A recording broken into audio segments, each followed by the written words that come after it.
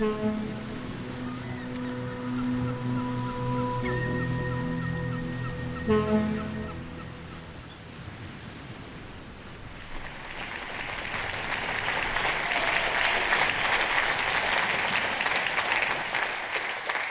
want to share with you a concept that might challenge our conventional understanding of nurturing and love. It's a topic that I believe can lead to immense value in our personal and professional growth, and one that is near and dear to my heart. I'm talking about tough love. As a young, awkward, skinny girl, like many young people, my talents and abilities were underdeveloped, as well as my confidence. I distinctly remember a fear of not measuring up. And that fear was likely magnified by the unique makeup of my family tree. My father was a New Jersey high school principal whose controversial and unconventional methods led to significant academic improvements for his students. He was the subject of the major motion picture Lean on Me. And just in case the baseball bat bullhorn and expression on his face do not make it clear, if tough love was a person, my dad would be him.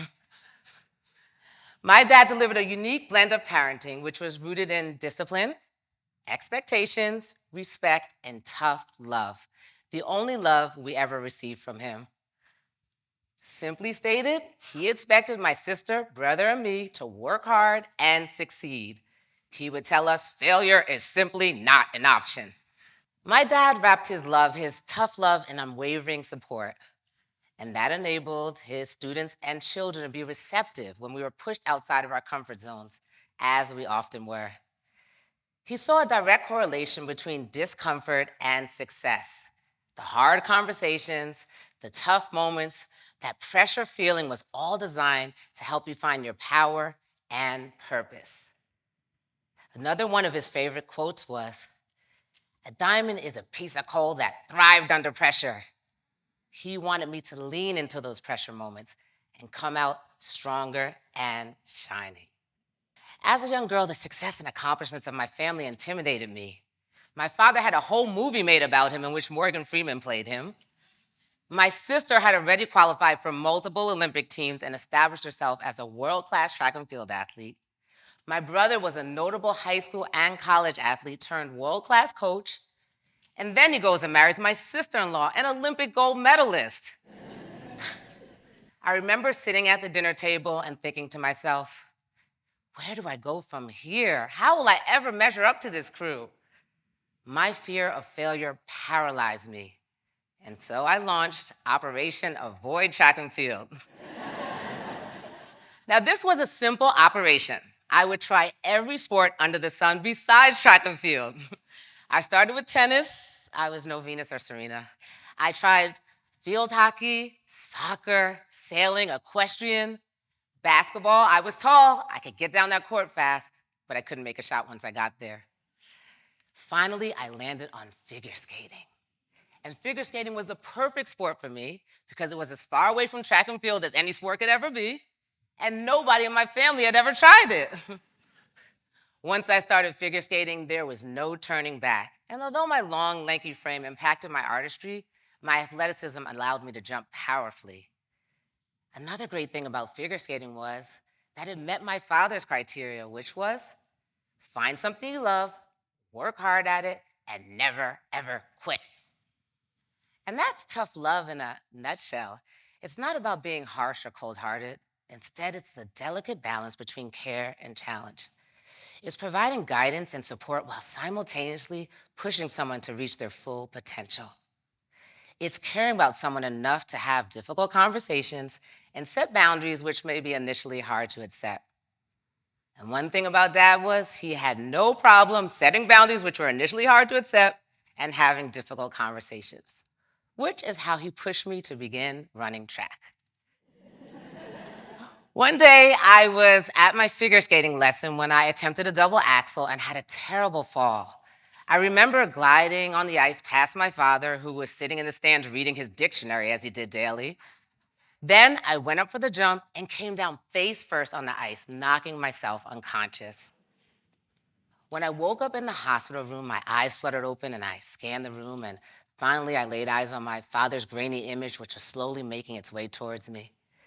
I closed my eyes again, waiting for him to pepper my face with kisses and wrap me in a warm embrace.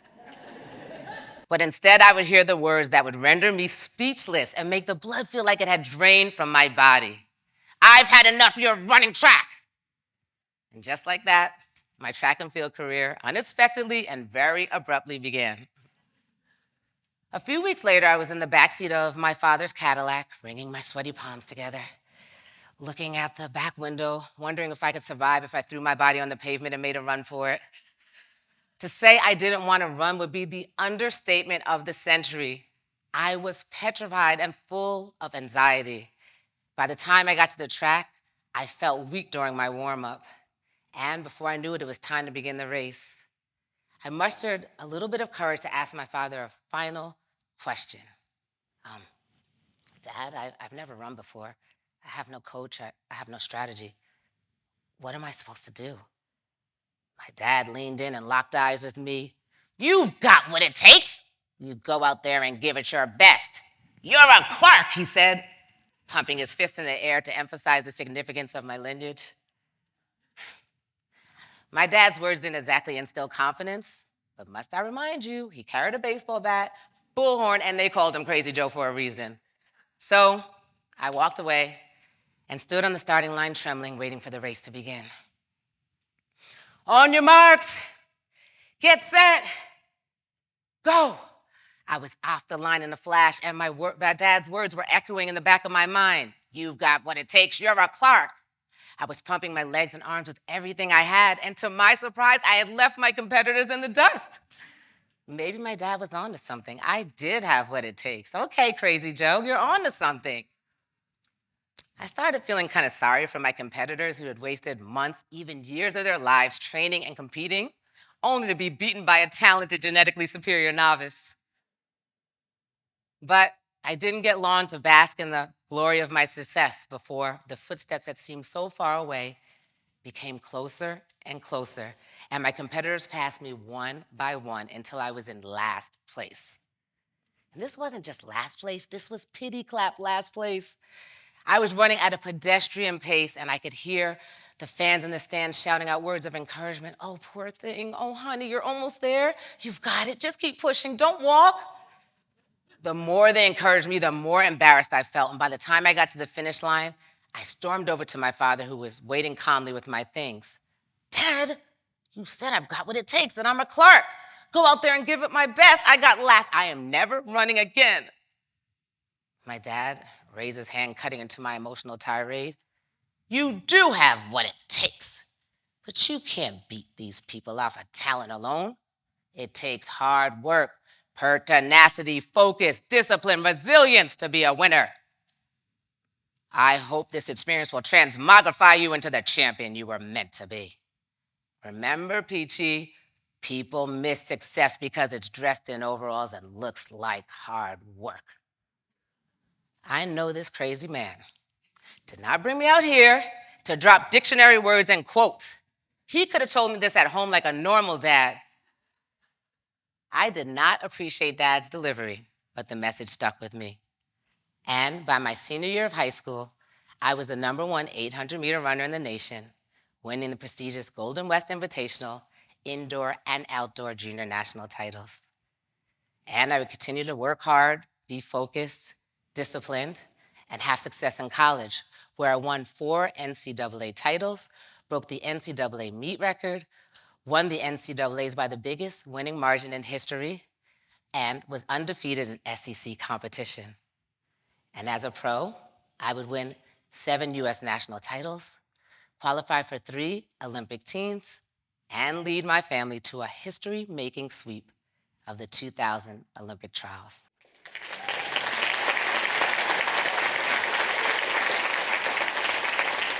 But my highlight reel only tells a small part of my story.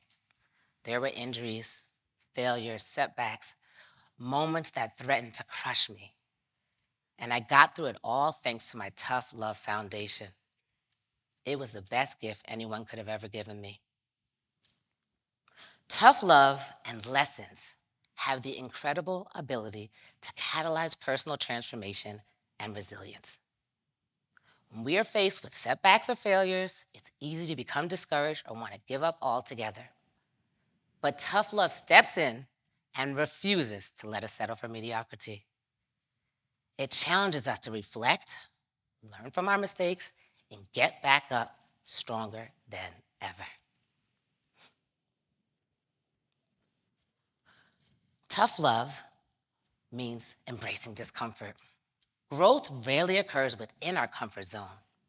It's when we're pushed outside of what we think we're capable of that we discover talents and abilities we never knew existed.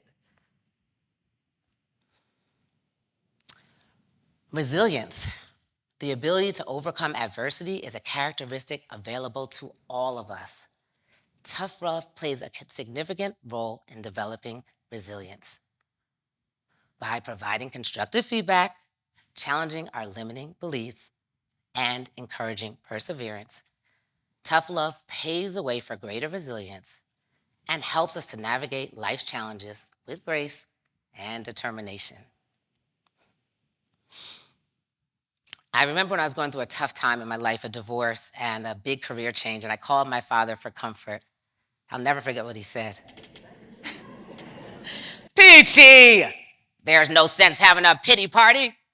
80% of the people don't care, and the other 20% are glad it's not them. You've got everything you need to get past this, and you will. As a result of that type of tough love parenting and coaching, resilience quickly became my superpower. I refer to it as the bounce back. And it's evident in every champion and leader I've ever met. And the truth is, every one of us will need a little bounce back to get through the things in life that threaten to destroy us.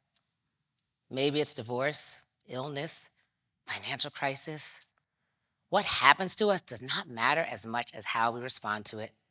And those that can embrace the heartbreak, learn from it, grow from it, get past it, are the ones that will not only survive, they will thrive.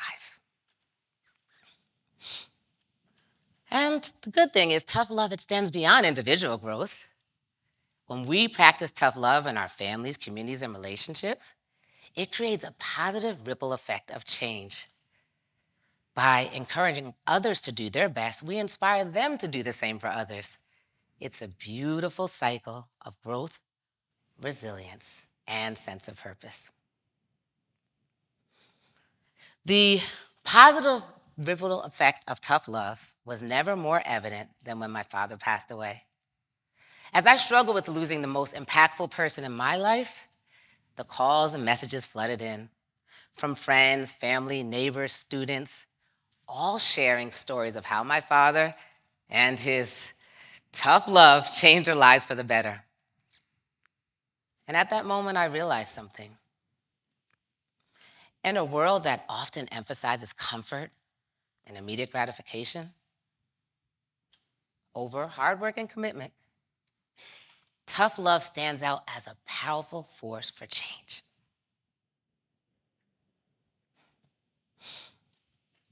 I'm proud to be the product of a tough love dad who's made an indelible mark on this world with a controversial, unique brand of unflappable love that carried a big stick. And here's my challenge to you. Thoughtfully use tough love to embrace discomfort, have challenging conversations, and build resilience. Start with yourself and those you love. When used properly, it can help you discover talents you never knew existed and become a better version of yourself. Be a part of creating a world where tough love thrives. My discovery is that tough love is not just real love, it's transformative love. And we're fortunate to have anyone in our lives who cares enough about us to give it to us when we need it. My dad knew tough love wasn't going to help him win a popularity contest. In fact, many times his approach was not welcomed, but he always had the best outcome for others in mind. Dad liked to say, I'm not here to be liked. I'm here to make a difference. My dad and his tough love made a huge difference in many lives. And you and your tough love can as well.